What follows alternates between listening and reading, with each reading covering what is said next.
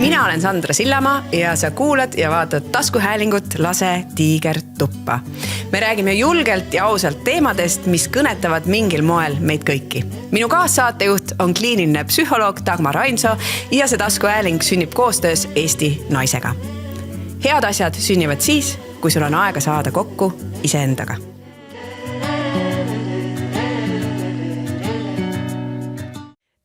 Tere Dagmar, tere kuulajad-vaatajad. Tšau Sandra ja kuulajad-vaatajad. Jah, me oleme järjekordse küsimused-vastused osaga eetris, nagu AK hakkas pihta. Ja seekord me võtame ette 2 teemat, nimelt seks ja teadmatus. Seks ongi üks suur teadmatus ju. Nagu me ennem seda leppisime kokku, et me ei ütle tere ka, vaid alustame lihtsalt niimoodi bängeriga. Ja sellega lõpetame. Siuke lühike, kõik on õnnelikud. Vaatad kiiresti. Saad õhtul teha linnukese, täna kuulasin terve osa. Ühesõnaga, aga tõesti, aga see on ju tegelikult on see ju tõepõhi all. Ja äkki sellepärast seks ongi nii fun, kui see on, nagu, see on teadmatust. Ja, aga äkki lähebki igavaks, kui on, kõik on juba tuttav ja teada ja kõik sama värk, sama moodi õhtu 11, enne magava minekut, sama inimene, sama asend, kõik on täpselt sama. Jah, ma hakkasin praegu mõtlema, vaata, me tegelikult, siis kui me rääkisime teadmatuse osas ka, et siis pigem oli see kogu aeg negatiivse alatooniga, et see on hirmutav ja kui ma ei tea ja siis ma ei kontrolli ja, aga kas me üldse sinnapoole jõudsime, et tegelikult ju selles osas jällegi on see teadmatus ju väga äge. Kas, nagu ma ikka rutan juba kuhugi, ma ei tea kuhu edasi, kas üks küsimus ei olnud umbes midagi taolist, et, või kommentaar, et parem tuttav ja turvaline kui uus ja võõras või midagi sellist minu meelest oli. Kohe ütlen teile. Teadmatuse selles oli, vaatame kohe, mis siin oli. Parem tuttav vana kui tundmatu uus. Jah. Ja mul kohe esimene mõte on, et issand kui igav. Et see tuttav ja mis saab siis, kui see tuttav ja turvaline on kuidagi, ongi kas igav või lausa kuidagi kahjulik, ebatervislik, mis iganes muus mõttes ei tööta. See on ju inglis keeles on see väljend, et better familiar hell than unfamiliar heaven, on ju. Et võid sünkroontõlke teha. Sellega jätkame ka. Ühesõnaga tehtud jah, et seda tõesti näiteks harjumuste mõttes, et me kipume valima seda tuttavlikku, isegi kui see meil ei ole hea, alla lähme õhtul koju, me oleme väsinud, võtame need ekraanid, sest me oleme issand, ma hakkan nagu sina rääkima, võtame need ekraanid samas. Olen nagu sina ju. Väga tubli. Et igastahes, et mingid asjad tegelikult ei pruugi meid toetada, mis meil on head, mida me oleme harjutanud sisse. Samas, kui sa otsidki seda turvalisust jällegi, et see ka ei ole halb, on ju, et tänapäeva selles maailmas, kus on jällegi nii palju teadmatust ja möllu ja kõike, siis et on mingid asjad on turvalised, sa tead, mis sellest oodata. Näiteks üks School of Life raamat nimega Calm hakkab tegelikult selle ideega, et hästi palju ärevust tekitavad meis suhted ümber, aga mis on head turvalised suhted või head suhted, mis tekitavad kindlustada on need, et mida me enam-vähem teame, mida me sellelt inimeselt saame või kuidas ta reageerib või milline ta on, et see tekitab meis seda tegelikult nagu turvatunnet või rahu. Rahu, jah. Et see nii ja naa, milles jälle on ju?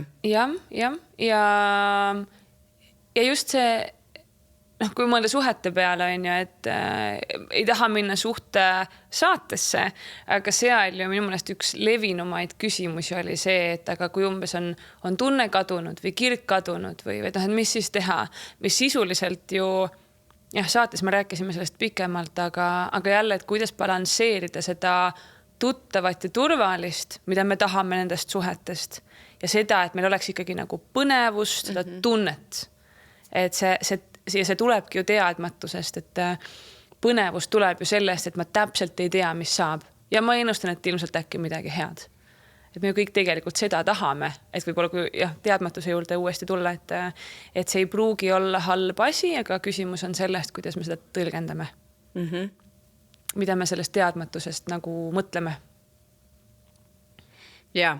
Tead, ma mõtlesin siin praegu, kas ma avan ühe looga või ava nüüd läks mõlemasse teemasse. Muidugi ma juba avan, ma tean ju, kui ma selle välja ütlen, et seks ja teadmatus ja siis jällegi, siis kui me nüüd oktoobris nüüd, ma täpselt ei tea, mis kuu meil praegu on küll, aga oktoobris tegime Sadu bändiga esimesed kontserdid, siis ma ütlesin pärast esimest kontserti, et tead, et kui keegi küsis, et kuidas oli laval, siis ma ütlesin, et tead, et see on nagu seks esimest korda uue inimesega. Ja miks? Sellepärast, et sa oled juba suhelnud, sa oled 11 tundma õppinud, nagu meie oleme prooviruumis olnud seal, oleme aasta juba muusikat koos kirjutanud, sa tead mingid nüansse, sa tead, mis olukorras inimesed kuidas reageerivad, aga nüüd me läheme veel sammu edasi selles suhtes ja läheme koos nii-öelda nagu voodisse, meie siis sellest vaatamist, me läheme koos lavale ja see sa avad ennast täiesti teisest küljest jälle, sa ei tea, kuidas need inimesed reageerivad sellele olukorrale, kui sul on 500 inimest, kes vaatab. Kui midagi juhtub, on ju, et see kõik on natuke nagu ebamugav, samas see tekitab tohutult adrenaliini ja võib-olla läheb hästi. Võib-olla on see, et klapite oma vahel, on ju. Võib-olla on see, et tuled maha, päris hea ei olnud, et tegelikult aga saab tööd teha oma vahel, rääkida sellest ja nii edasi, on ju. Et siis ma ütlesin, et jah, et see on nagu esimest korda oled uue partneriga siis vahekorras, on ju. Ja nüüd ma hakkasin mõtlema, et aga kus siis säilib see põnevus meie puhul, selle bändi puhul, et siis ongi see, et see on imelikult ära, aga iga kord vaatab pealt nagu uus seltskond. On ju? Et nagu, et see toob meie ellu ja võib-olla ka näiteks tood lavale uued lood, siis on ka väga põnev alati. Ja? Uued kohad ka. No ja midagi saab ju teha ka. Isegi kui sul on see repertuaar on sama, siis kindlasti on seda võimalik ka natuke erinevalt esitada. Jah, erineva energiaga, natuke need hoopis vaatad kellelegi teisele otsa. Rütmiga ka ei saa mängida, vaata. Aga ühesõnaga saab no, mingid pause saab teha ilmselt. Saab, jah. Saab paluda näiteks valgustaja abi, et pane täna teist valgust. Vaata, mis see helitehnik teeb seal. Et siin on igasugused, tahti lihtsalt selle paralleeli on ja samas on kogu aeg teadmatus, ongi see, et sa ei tea, kuidas täna publik reageerib. Ja sa pead usaldama seda teist poolt. Ja see peab olema. Vaat see peab olema tõesti, et mul ei olnud küll seal lavale minekus, ei olnud seda, et me nüüd hakkama ei saa. Et hakkama saame ikka, aga selles mõttes usaldus hoid, et kõik on ikkagi oma ala professionaalid. Nii, lasta nüüd läheb. Ma loen ühe väikse tagasiside või mõtte, mis meile saadeti seksi teemal. Minust see on jälle nagu väga ilus. Seks, puudutuse ja hingamise kaudu räägib ta sellest, mida sõnad ei suuda, aga kui puudub hingeline side, muutub ta tühjaks müraks, millal pole ju tähtsust. Tõeline intiimsus sünnib minu arvates alles siis, kui ihu ja hing julgevad üksteise ees paljaks jääda, mitte ainult riided ära võtta. Olen tundnud, kuidas füüsiline lähedus ilma emotsionaalse sidemeta jätab külma järelmaitse, nagu oleksin puudutanud vaid kellegi keha, mitte hinge. Samas on olnud hetki, kus üks lihtne pilk või soe kallistus on olnud intiimsem kui miski muu. Seks ei ole vaid bioloogia, see on hingeline peegeldus meie haavatavuse ja usalduse proovikivi. Ilusti jälle kokku võetud. Jälle, nii ilusti midagi kirjeldab varem ka. Et mulle meeldis see mõte, et samas on olnud hetki, kus üks lihtne pilk või soe kallistus on olnud intiimsem ja annab sulle rohkem teinekord, kui võib-olla täiesti mõttetu nühkimine. Nii, aga küsimused siis. Mida noored? Vaat, see on hea küsimus. See oledki sina parem sellele vastama, sest sa oled kõvasti noorem. Ma juba ei taha teada, spetsiaalist oma ala professionaal, aga nüüd sa oled ka nagu vanusegrupiti hea vastaja. Et mida noored vahekorrast otsivad või eeldavad, kas noorte vahekord on rohkem kähkukas või ka midagi enamat? Ole meeldinud. Ja ma saan, et sina paned mind nüüd sinna vanusegruppi. Ja. Kas ma ka armas. Sest mina esimese hooga tahaks kohe öelda, et tuleb noorte käest küsida, aga ma saan aru, et praegu sa üritad mind sinna lükata. Ma ei tea, kas ja kui noor on noor. Ja no täpselt, et mul on kuri kahtlus, et see küsija tegelikult mõtles natuke mingit muud vanusegruppi kui mina, aga ma ei tea, mulle üldse nagu, ma jään alati nii hätta selliste küsimustega, et noh, mida üldiselt ongi noored mõtlevad või mida üldiselt mehed arvavad või kuidas üldiselt naiste jaoks on. Noh, et see on ikkagi ju, see on ühisnimetaja mingile suurele hulgale inimestele, kes on ikkagi individuaalsed ja mõtlevad ja tunnevad väga-väga erinevalt, et ega me võime jääda ka vastuse võlgu. See on väga okei, ma arvan ka, sest ega me ei saagi noorte eest rääkida. Mul on natukene sama asi, et ma arvan, minu noorusaeg Tergi Jaakas räägib see praegu, et minu noorusaeg, kui me räägime, ma ei tea, seal 17, 18 on ja, et ma arvan, kogu see teadmine seksist, kogu üldse enese, ma ei tea, väljendus, suhted, need olid nii erinevad nagu, et mis tänapäeval toimub, et seda oleks väga põnev tegelikult teada ja selleks me peaks kutsuma veel rohkem spetsialisti, kui spetsialist meil siin juba on stuudiosse, et tegelikult küsida seda, et mis noortel toimub, sest minu pojad pole ka veel selles vanuses, et ma saaks küsida ja rääkida nendega sellest. Ja mingit noori oleks vaja siia tõenäoliselt, kes jagaksid selles mõttes, et noh, ma on ju üldse, et on ju neid noori, kes näiteks esimest korda vahekorras on üsna noorelt, noh, seal põhikoolis võib-olla on neid inimesi, kes esimest korda on vahekorras, kui nad on 20+, võib-olla isegi 30+, noh, ja kes kuna on ju, et alustame juba sellest, et see on ju nii erinev nagu see teekonna algus või kuidagi, jah. Kindlasti on, ma arvan, endiselt neid, kellel on ikka see esimene purjus peaga kuskil, noh, juhuslikult, kuidagi läks, on ju, võib-olla täpselt ei mäletagi. Ja kindlasti on neid noori, kelle jaoks on väga-väga teadlik otsus. No. Ja ma arvan ka see ka suhtlus või kommunikatsioon seksi teemal oma partneriga, et ma arvan, see on kindlasti palju muutunud. Et mida räägitakse, sest sellest ikkagi räägitakse rohkem. Aga teadlikkuse küsimus jälle, jah. Ja ma võtan siit kohe vahele selle küsimuse, mis oli, et kas ma olen teistest halvem, kas see on piinlik, et olen 24 ja ei ole veel kunagi vahekorras olnud? Ei. Noh, tead ka ise vastu, no jah, et kas see on piinlik. No tegelikult ei ole. See on sinu asi, nagu, millal sa, kas sa tahad üldse ja millal sa alustad. Ja mis see nagu, noh, keerame siis selle küsimuse teistpidi on, et kas see on piinlik, kui ma olen 20+ ja veel ei ole olnud, aga kas näiteks, miks ei küsi, et kas see on piinlik, et ma näiteks 14-aastaselt purjus peaga kuskil mingi suvalise partneriga olen kuskil olnud, noh näiteks, mis lugusid on ju ka väga palju, on ju, noh. Ühesõnaga ei ole. Ei ole. Võtta rahulikult. Aga on, jõuad, kui tahad. Jah, kui tahad, just. Aga mis teeb seksi tõeliselt intiimseks?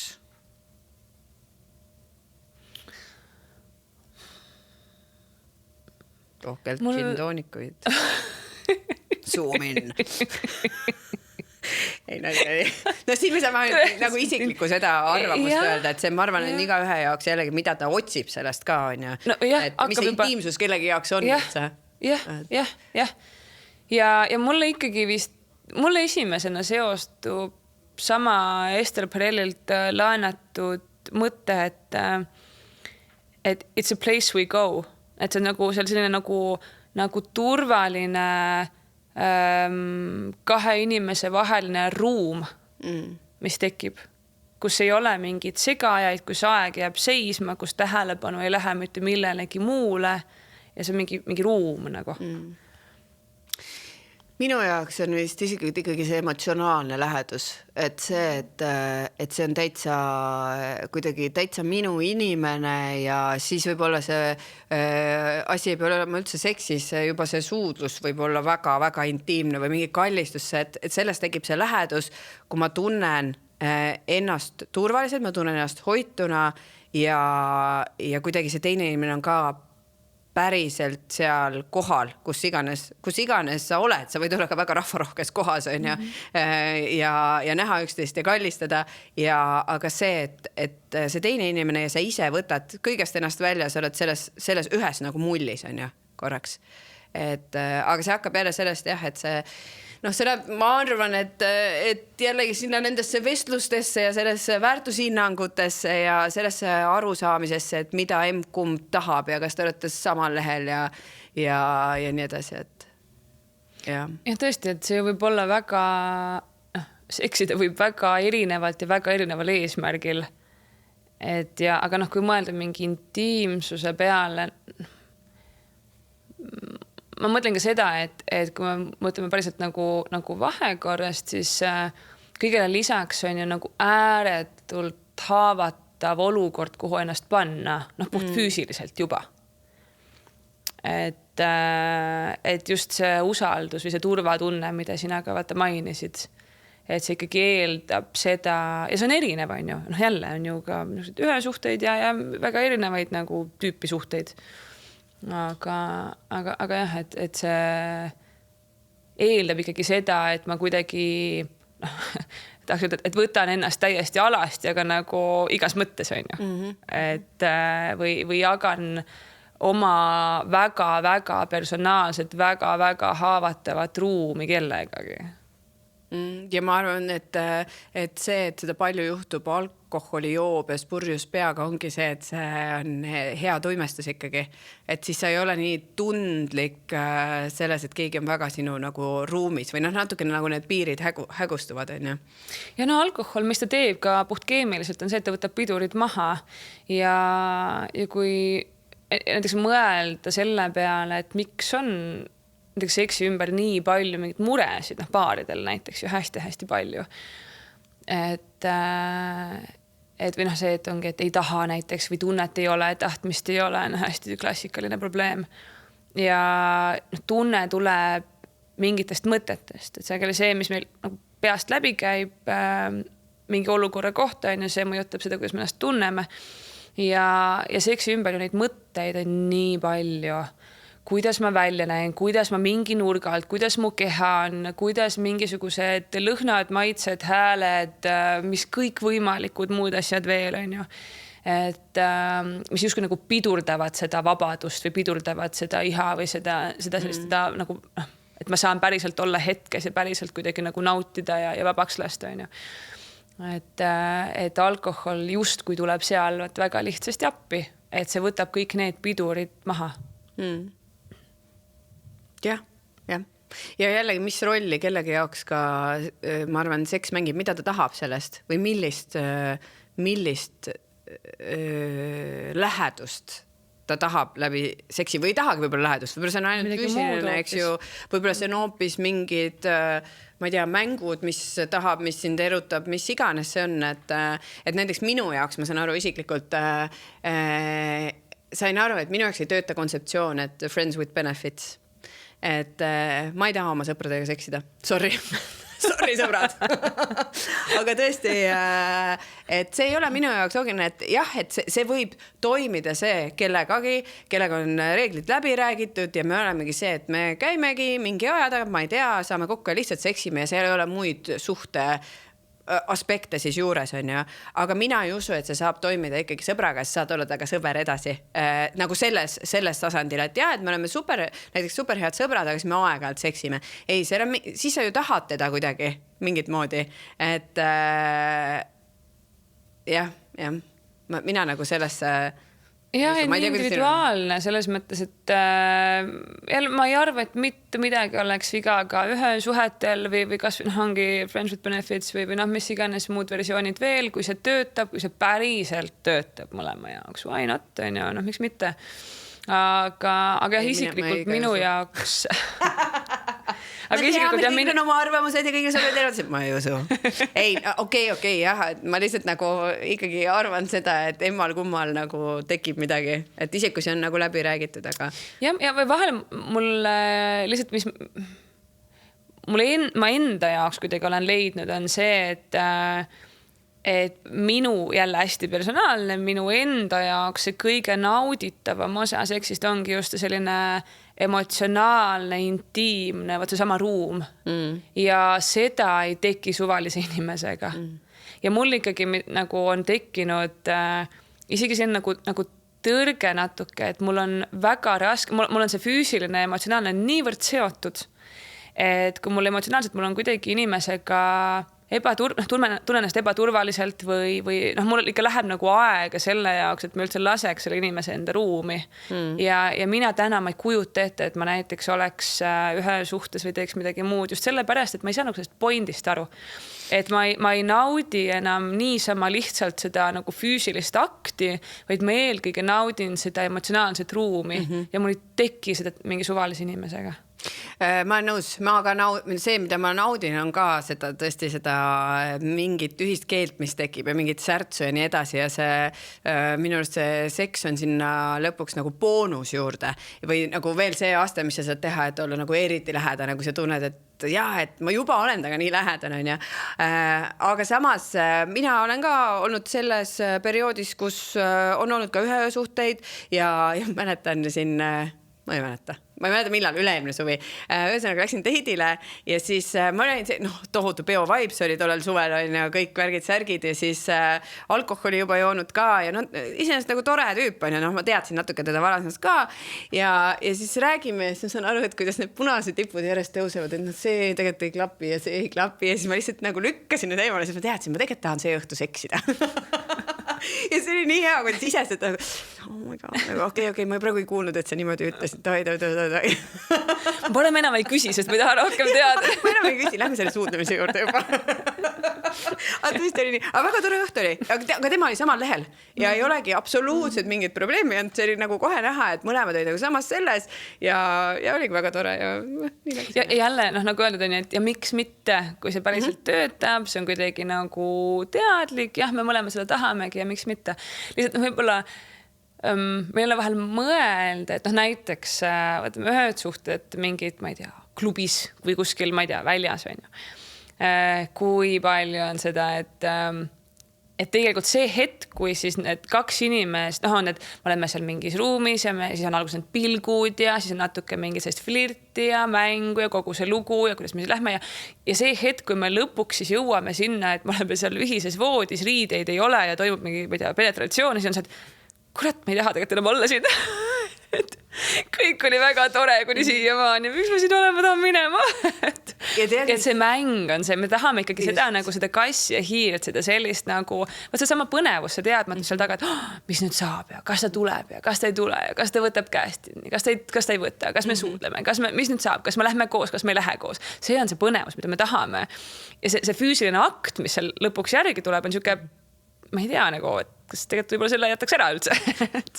Aga tõesti, ma olen olnud sellistes olukordades ja see on, mis ma nüüd, see oli mingi aeg tagasi, kus ma märkasin, et nüüd kaine peaga lihtsalt sa saad aru, et okei, see võib sinna viia ja siis sa jõuad ennast ette mõelda, et okei, ma olen praegu seal voodis seal, et ei teeb ma taha. Et see on nii tore, et see pidurid ja vaat sealt tulebki see, et alkohol võtab need pidurid maha, et sa ei jõua sinna maani, sul on praegu fun, tore, täpselt see, et väike mingi siuke tagaajamine käib ja siis, et et sa viid selle kuhugi, siis lõpuks jõuadki sinna moodi selle. Kaine peaks, okei, ei. Igastahes lõppkokkuvõttes teate, kui see teeb teid õnnelikuks, te ei tee kellelegi haiget, siis ükskõik mis suhteformaat, kas või friends with benefits, go for it, on ja. Et ja, võtame veel mõne ennem, kui meil on veel 2 teemat, on ja. Kas seks ilma hingelise ühenduseta võib olla tõeliselt rahuldav? No täpselt nagu sa just ütlesid, et oleneb olukorrast ja miks mitte, mida sa tahad, küsimus on selles. Ja, mida sa ise sellest otsid? Jah. Kui üks soovib rohkem kui teine, mis siis teha, kas minna lahku? Soovib rohkem mida? Tahaks esimesena teada. No ma saan aru, mis siin küsimuses mõeldud on. Ma arvan, et soovib rohkem seksida. aga tuleme jälle siin natuke nagu sammu kuidagi sügavamale, et mida see seks nagu sümboliseerib või tähendab, mida ta otsib. Väga sageli see igatsus on selle läheduse järele või lõpuks nagu selle orgasmiga saavad kõik ise ka hakkama. Aga mingil põhjusel ta tahab seda teha koos sinuga. Järelikult ta igatseb sealt midagi veel, mida annab ainult see emotsionaalne side või see teine inimene ja jälle füüsilise aktiga, selle jaoks nagu ei ole vaja teist inimest. ma olen täiesti nõus sellega, et tegelikult seal taga on mingid muud asjad, et vähe on, võib-olla teinekord võib-olla seda, et tõesti, et sa tahad ainult seda füüsilist akti, on ju. Aga kui me räägime nüüd paari suhtest, et siis paari suhtest, et siis minul üks hea tuttav ütles, et kuidagi analüüs, et et ta tahaks rohkem kui tema kaaslane ja siis lõpuks, kuhu ta selle mõttearendusega jõudis, ta ütles, et tahab lihtsalt tunda, et keegi tahab teda.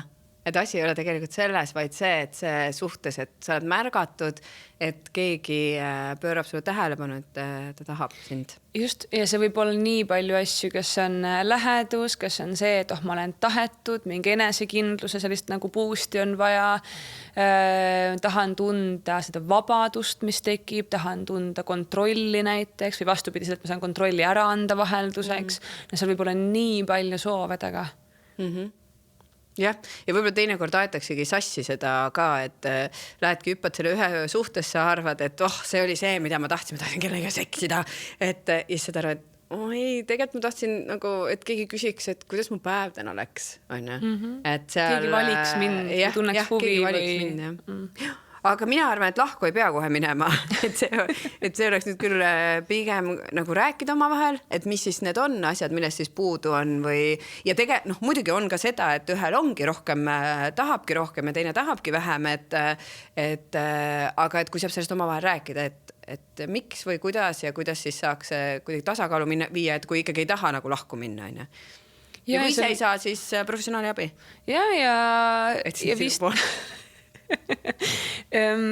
aga nali naljaks selles mõttes, et sellega võimalik tegeleda, et mingi küsimus vist oli umbes sinna kanti ka, et kui seks on halb, et siis kas minna lahku või kas siis on kõik lootusetu, et mul tuleb natuke nagu samas auku küsimus, et see, ma arvan, et seks või seksuaalsus üldse ei ole selline staatiline nagu mustvalge asi, et nii on, nii jääb ja nii ongi, on ju. Et juba kui mõelda, et me inimestena nii palju muutume ja meie elud ja suhtedünaamika, et kõik muutub ja et see seks on nagu nii lai mõiste ja seal on nii palju konteksti, nii palju nagu sisu, mitte ainult lihtsalt see penetratsioon seal õhtul kell 11:30 voodis, on ju. Ja see on ju kõik, meil on nagu nii palju asju, millega seal nii-öelda mängida või mida muuta selles pildis. Ehk siis seda, kui täna on nii, siis ei tähenda, et see peabki nii jääma ja on järgmised 30 aastat niimoodi. Küll, aga kui midagi ei muuda, siis mitte midagi ei muutu. Tõsi, et kui praegu pole rahul, et siis ärge oodake, et oota, Dagmari ütles, et 30 aastat pärast muutub. Ise ikkagi tuleb nagu võtta ette ja kätte ja vaadata, mida saab muuta. Kus jookseb piir sõltuvus seksist? Kas see nüüd on õigesti öeldud, nii oli kirjutatud? Aha, et nagu, seal on see tühik vahel selles mõttes, et seksi sõltuvuseks.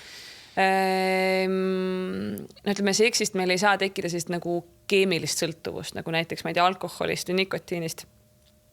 Ehk siis jälle natuke, mõttel liigub sinna, et millest see sõltuvus on, et miks, mida see inimene sellest tegelikult nagu otsib ja miks ta sinna ikka ja jälle nagu tagasi tahab minna. Et jah, sest sellist, ma ei tea, diagnoosi meil ei ole nagu seksisõltuvus, on ju. Et okei, see on mingi selline nagu ülemäärane või kompulsiivne käitumine ilmselt. Ja väga raske on öelda, et võt nüüd nii mitu korda nädalas või nii mitu korda päevas on sõltuvus või üleliia. Kui küsimus on, siis järelikult kuidagi see elu takistab. Siin ka ei tea ainult, kelle küsimus see on, kas keegi tunneb enda pärast muret või on see olukord, kus näed jälle mees kogu aeg tahab ja ilmselt ta on seksisõltuvuses sellepärast, et ta tahab liiga palju ja mina ei taha. Et hoopis kuidagi teine olukord on ju. Et, aga jah.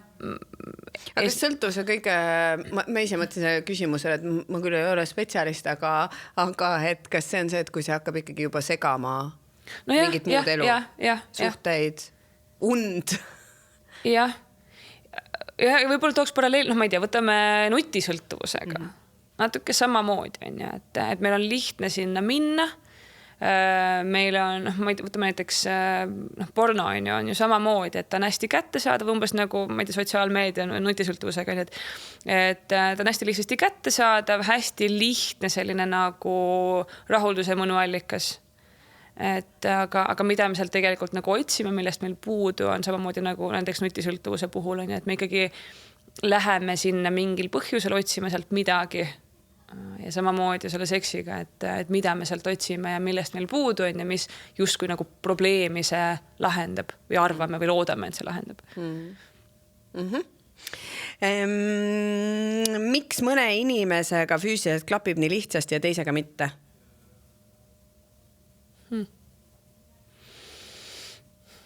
Minu esimene mõte, ma tegelikult arvan, et natuke ikkagi on mingit füsioloogilist poolt ka. Mina usun, et on. Mina arvan, et kehad on erinevad. Mina päriselt usun, et mõni keha nagu töötab lihtsalt. Aga ma arvan, et see ei ole ainus. Ma arvan, et nagu me enne korraks ju rääkisime, et selle ümber on nii palju konteksti, et mis side meil muidu on, kuidas mina oma kehas ennast tunnen, kuidas tema oma kehas ennast tunneb, kui vabad me oleme, kuidas see kommunikatsioon on. Jälle nii palju tegureid, ma arvan. Näiteks see, et võib-olla nagu mega lahe partner, kõik on hästi füsioloogiliselt, kõik on nagu super tore, aga näiteks kui tema ikkagi tunneb ennast näiteks alasti olles üli ebamugavalt, siis on üsna keeruline mõlemal selles olukorras hästi mugavalt olla, sest kui tal on ebamugav, siis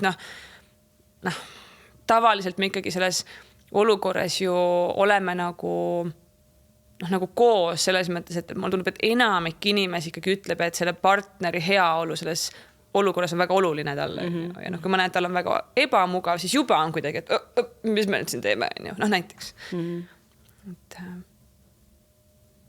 Ma olen seda mõtelnud, et mul on ka siin ikkagi olles vallaline, siis on toredaid mehi ümber. No mitte, et kui ma ei oleks vallaline, siis oleks hästi nõvedad mehed ümber.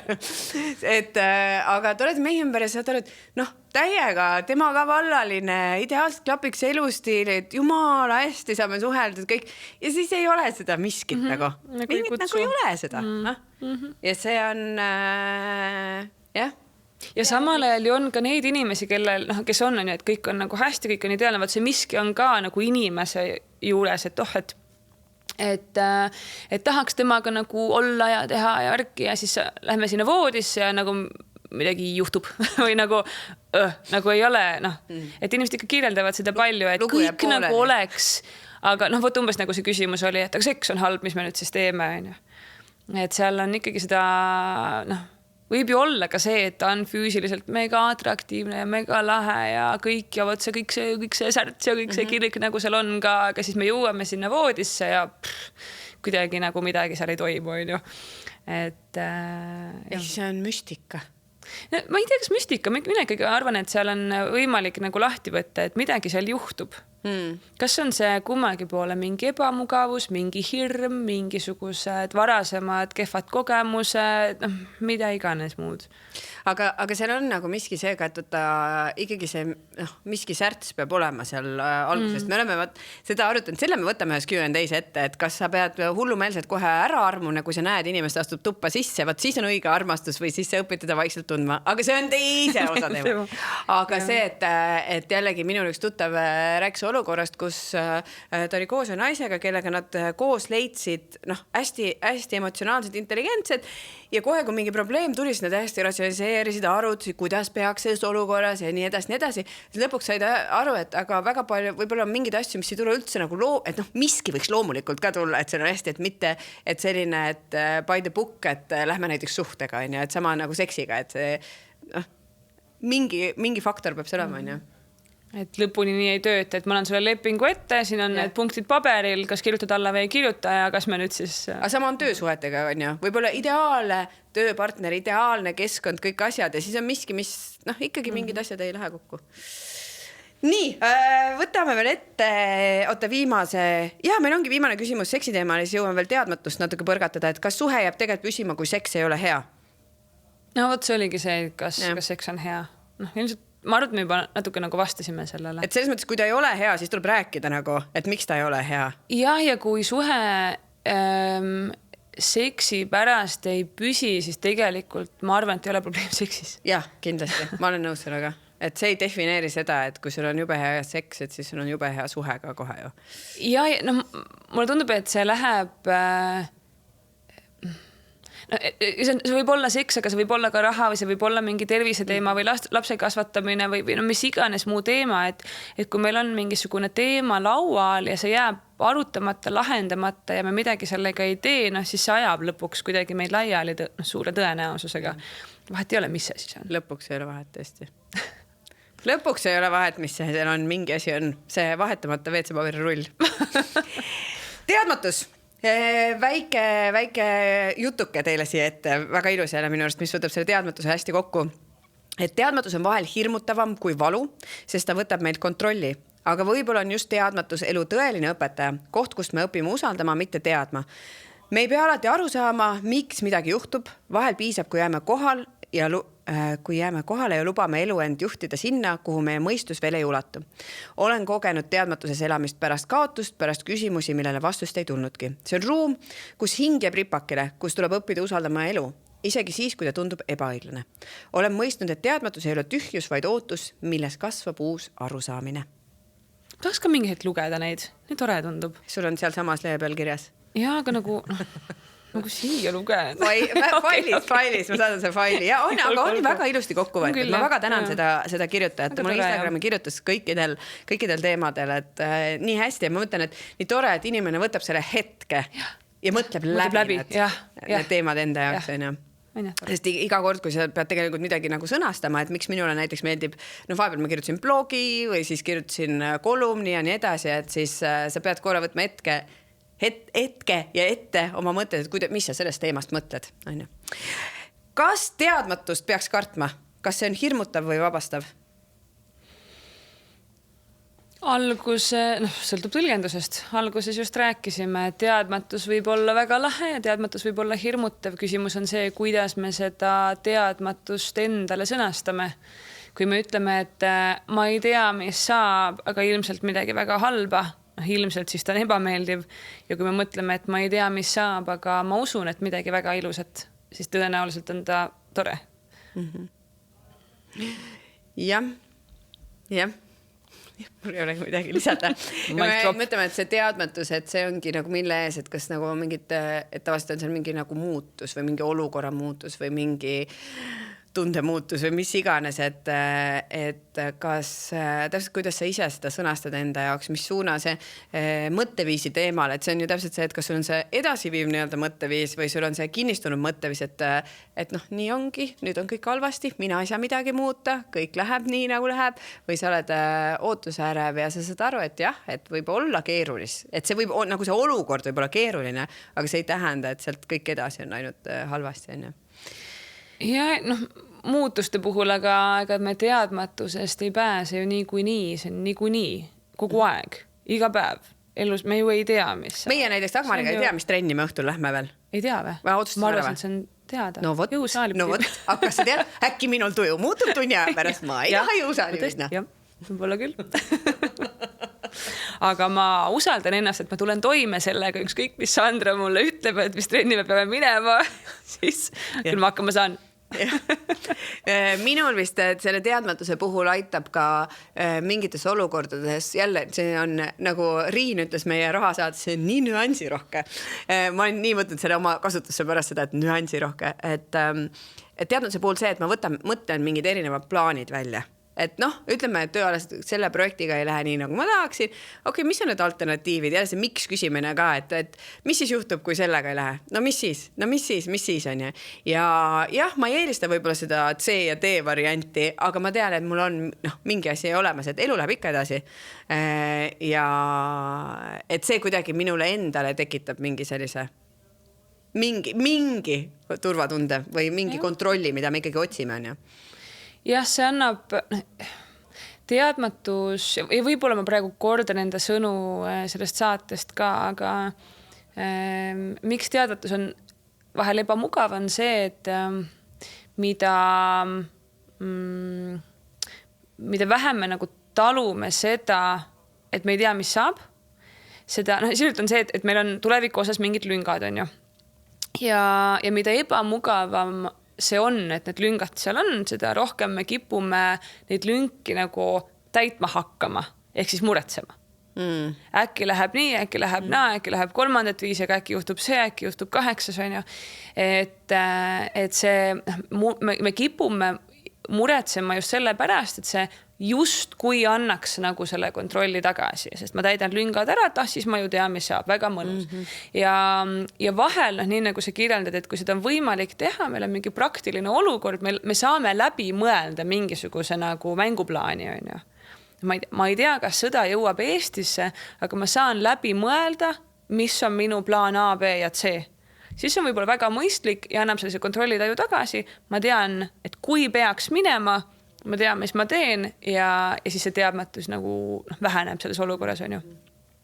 Aga sellega võib ikka nagu orkiga ka astuda selles mõttes, et mingites, kui see on selline väga hüpoteetiline olukord, näiteks võtame tervis, klassika, on ju.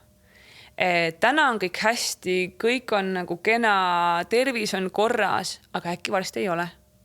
Ja siis me üritame seal hakata need lünki täitma. Äkki juhtub see, äkki juhtub 3, äkki juhtub 8, äkki juhtub 11. Neid võimalusi on lihtsalt nagu nii multimiljon. Ja see ei ole sellise nagu praktilise plaani läbimõtlemine, aga see on lihtsalt see, et äkki juhtub see ja siis on küll halb. Äkki juhtub teine, siis on ka väga halb. No, et siis see nagu ei aita. Mina arvan ka, et ikkagi see kõige olulisem on see algimpulss, et näiteks mis mina ise selle sügise jooksul, et kas olen nagu oma mõtteviisi suudanud, et kas on tegevust ärevuse või elevusega. Et see, et ma saan lavale minna, kas ma lasen selle ärevusel võitu saada või et see mõndan elevus, et väga põnev, aga mis hakkab toimuma? Ma ei tea. Väga põnev, vaatame. Et me saame jube palju tegelikult ise ära teha oma selle mõtteviisi suunamisega ja mõttetööga selles olukorras. Ja vähemalt minu enda jaoks üks suuremaid nagu ankruid või mida ma vahel ka ise endale meele tuletan ja ka klientidega mulle tundub kõige suuremat nagu mõju võib-olla annab.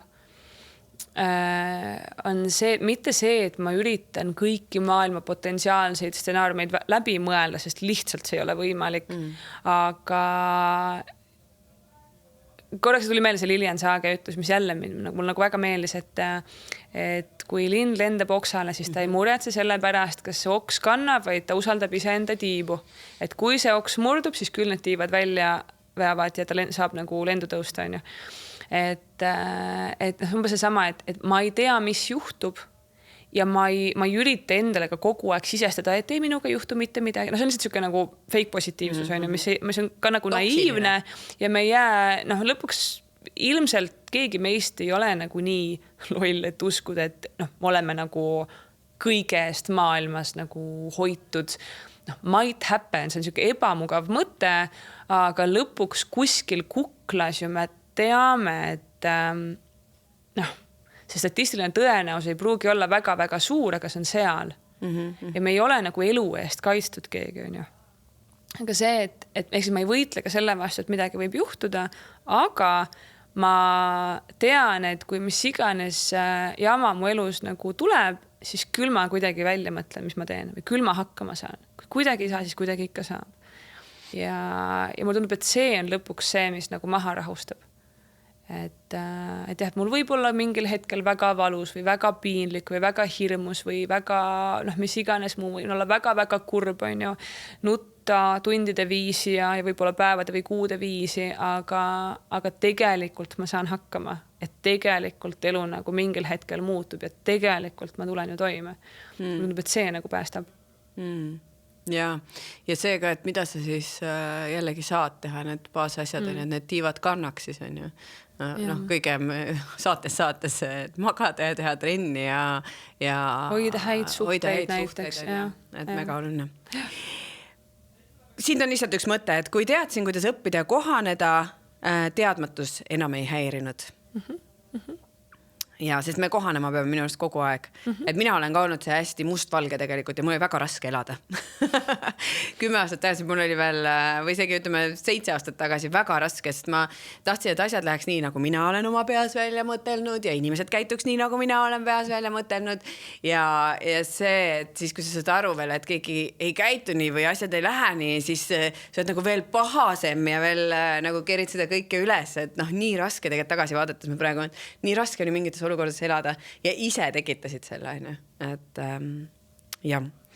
Ja seda me juba mainisime, et parem tuttav vana kui tundmatu uus. Ja viimane küsimus.